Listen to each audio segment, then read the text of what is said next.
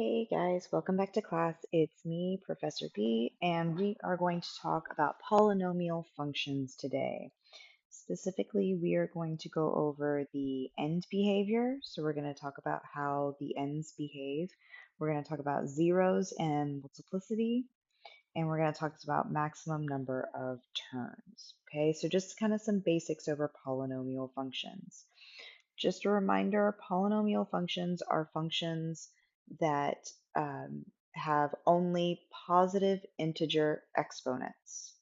Okay, so we can't have any radicals, we can't have any negative exponents, we can't have any x's in the denominators. It is just positive integer exponents. Okay, so the first thing that we're going to talk about is end behavior. So what I mean when I say end behavior, I'm talking about if you were to graph a function. So let's say we graphed that function, okay? The ends would be this guy here and this guy here. Okay, those are how the ends behave. Do they both go to infinity? Do they both go to negative infinity? Does one go up and one go down? And how do you know which one? That is what we're talking about here. Okay, so I have a chart here for you guys. This is all going to go to the leading coefficient test. Okay, and just as some reminders, the leading coefficient is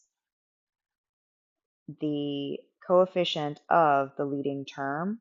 Okay, so the leading term is, I'm going to say, goes with the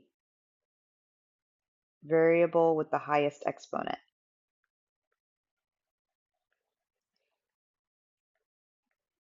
Okay, so we are going to look at some examples here in just a minute, but your variable with your highest exponent, that's going to be your leading term. Okay, most of the time it's going to be the term in the very front.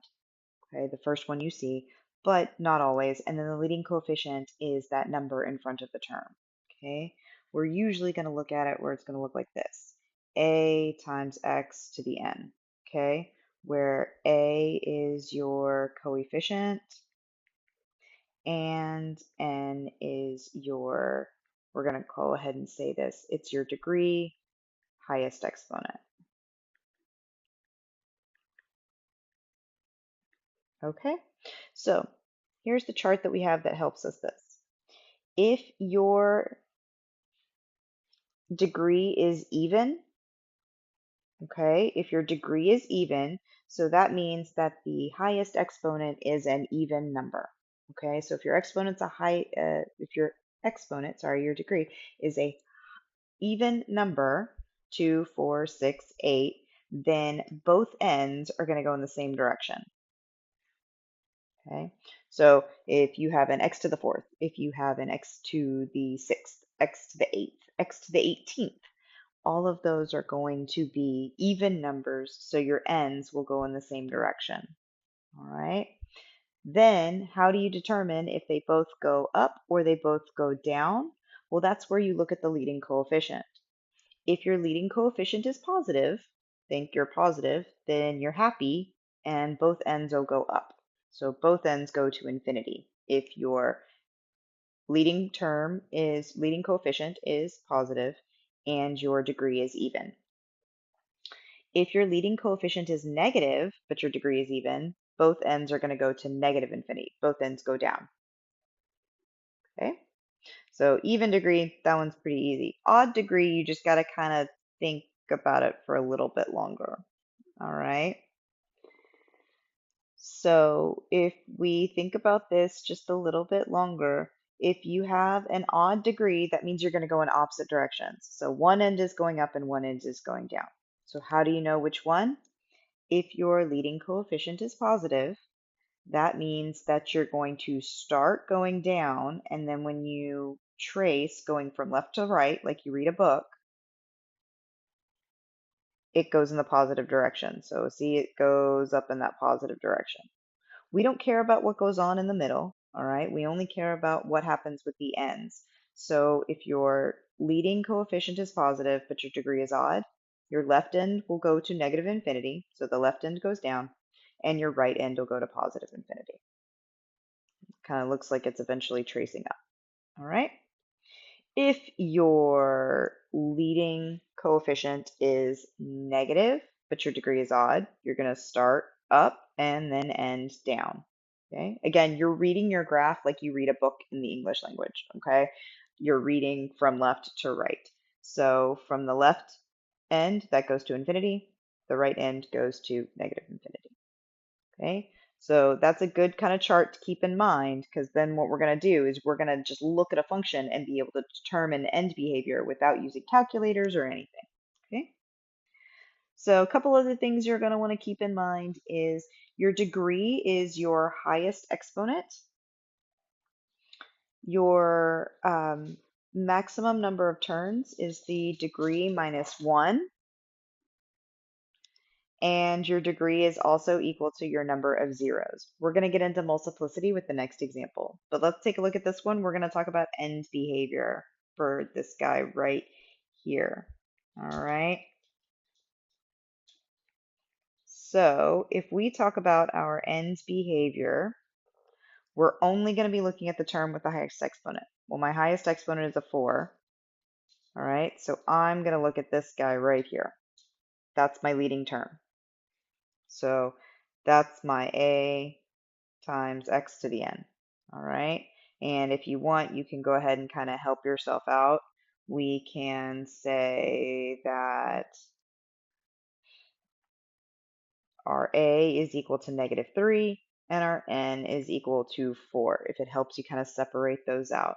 So our n is even, so we know both ends are going to go in the same direction. So that would be like this guy right here. Right? So our degree is even, so both ends are going to go up or both ends are going to go down, because we know that much. All right? And then our leading coefficient is negative. So since our leading coefficient is negative and our degree is even, our end behavior says that both ends will go to negative infinity. Both ends are going to go down. So if you want to see your picture, you're going to go, okay, this end will go down, and then something will happen here in the middle, and then this end will go down. This is the part we care about. Okay? So that tells you your end behavior. What can we also tell from this? Well, the degree equals 4, so that's always helpful. So if I wanted to know a little bit about something that goes on in the middle here, I can actually determine my maximum number of turns. That's what I have written right here for you guys. Maximum number of turns is going to be degree minus 1. So you take whatever your degree is and you subtract 1, and that's going to be the maximum number of turns that your function can have. Okay? So for instance, this guy has a degree of 4. Subtract 1, 3 turns, oops, maximum. That's it. 3 turns, okay? So if you want to kind of do a little sketch, you can have this end is going to go down, and we're going to turn 1, turn 2, turn 3, and go back down again. See how that works? We had 1, 2, 3 turns. Okay? So that is how we can determine our turns. And then also we would look for 4 zeros when we were factoring this and solving. We're going to talk about the multiplicity and factoring in the next one. Okay, but we would look for 4 zeros. All right. Those zeros can be complex, they can be real. If you go and see my video on finding zeros, that's going to be where it can help you figure out what zeros are real, complex, and whatnot. That is all about your x-intercepts, because remember, zeros are the same thing as roots, which are the same thing as x-intercepts. Okay, so we're going to take a look at one more example. This is an example of something that is in standard form. Standard form, everything's multiplied out for you. But what if you're given something in factored form? Okay, in factored form, finding the degree and finding the zeros, a little bit different process. Okay, so we're going to go through and we're going to find the degree. Okay, we're going to find the leading coefficient.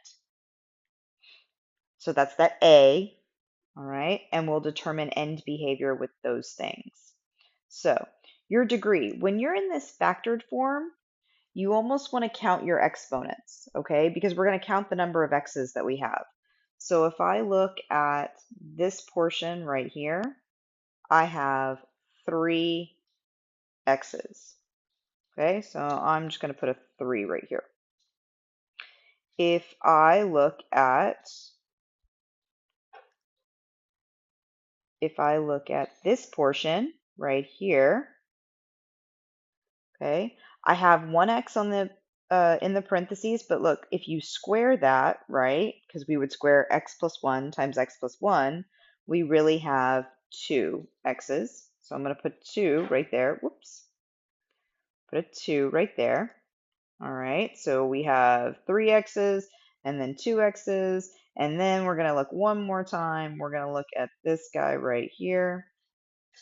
X minus 8, how many x's do you see there? There's just the 1, so I'm going to do 1. And then we're going to add all those numbers together, and that's going to equal your degree, your highest exponent. So 3 plus 2 plus 1, my degree equals 6. Okay, so anytime you have something that's already in that factored form, just count up your x's, which is usually going to be counting up your exponents, all the exponents, and then you'll get your degree. Leading coefficient, really easy to find. Your leading coefficient is the number in front, so that is going to be a 2. Okay, so for this example, we have a we have an even degree. All right, that's an even number, so we know both ends are going to go in the same direction, and our leading coefficient is positive. So that means I know that both ends will go to infinity. Both ends go up.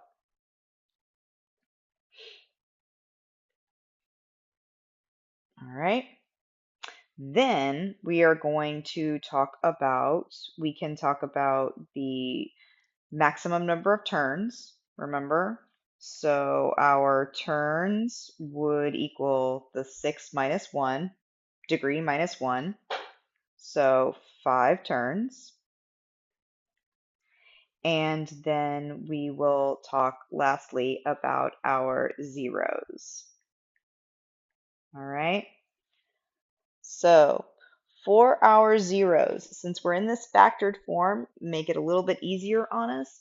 What we're going to do is we're going to set each one of our factors equal to 0 and solve, just like we do when we're factoring quadratics and solving for those. So I'm going to set 2x cubed equals 0, x plus 1 squared equals 0, and x minus 8 equals 0. So I set each one of my factors equal to 0, and I'm going to solve. So this guy, my x would equal just 0, right? Because I would divide both sides by 2, and then take the cube root of that, so cube root is 0.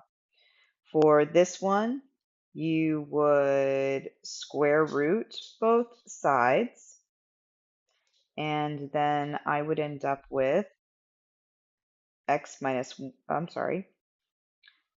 plus 1 equals 0, square root. And then when you add or subtract 1 from both sides, this x equals negative 1. And then last but not least, I'm going to add 8 to both sides, and x equals 8. So those tell me my zeros. These are my x-intercepts for this function. So I'm going to cross the x-axis at 0, I'm going to cross it at negative 1, and I'm going to cross it at 8. All right. But I really want to be careful saying that word cross because this is where the idea of multiplicity comes in. So multiplicity tells you if this is my x-axis, all right? Multiplicity tells you if at your each individual point, do you cross the x-axis? So do you go from one side of the x-axis to the other? Do you touch the x-axis? Okay, so it's going to be one of those two things. All right, so we can cross it, and we can cross it from either way. So this is another example of touching, right? So touching means you're going to, it's almost like you're bouncing off of a wall. It's going to come down, bounce up, back up. Or it's going to go up towards that wall and then bounce back down. So that's what happens when you touch. And then cross is you can cross this way or this way. All right. How do you determine multiplicity? You determine multiplicity with those exponents on those factored forms. So we're going to use this exponent, and this invisible exponent. Remember, if you can't see it, there's a 1 there. All right. That is what we're going to use to determine our whether we cross or we touch. So here's a note for yourself. Even exponents touch. So those are the ones like this guy. You bounce off the wall and come back. Odd exponents cross.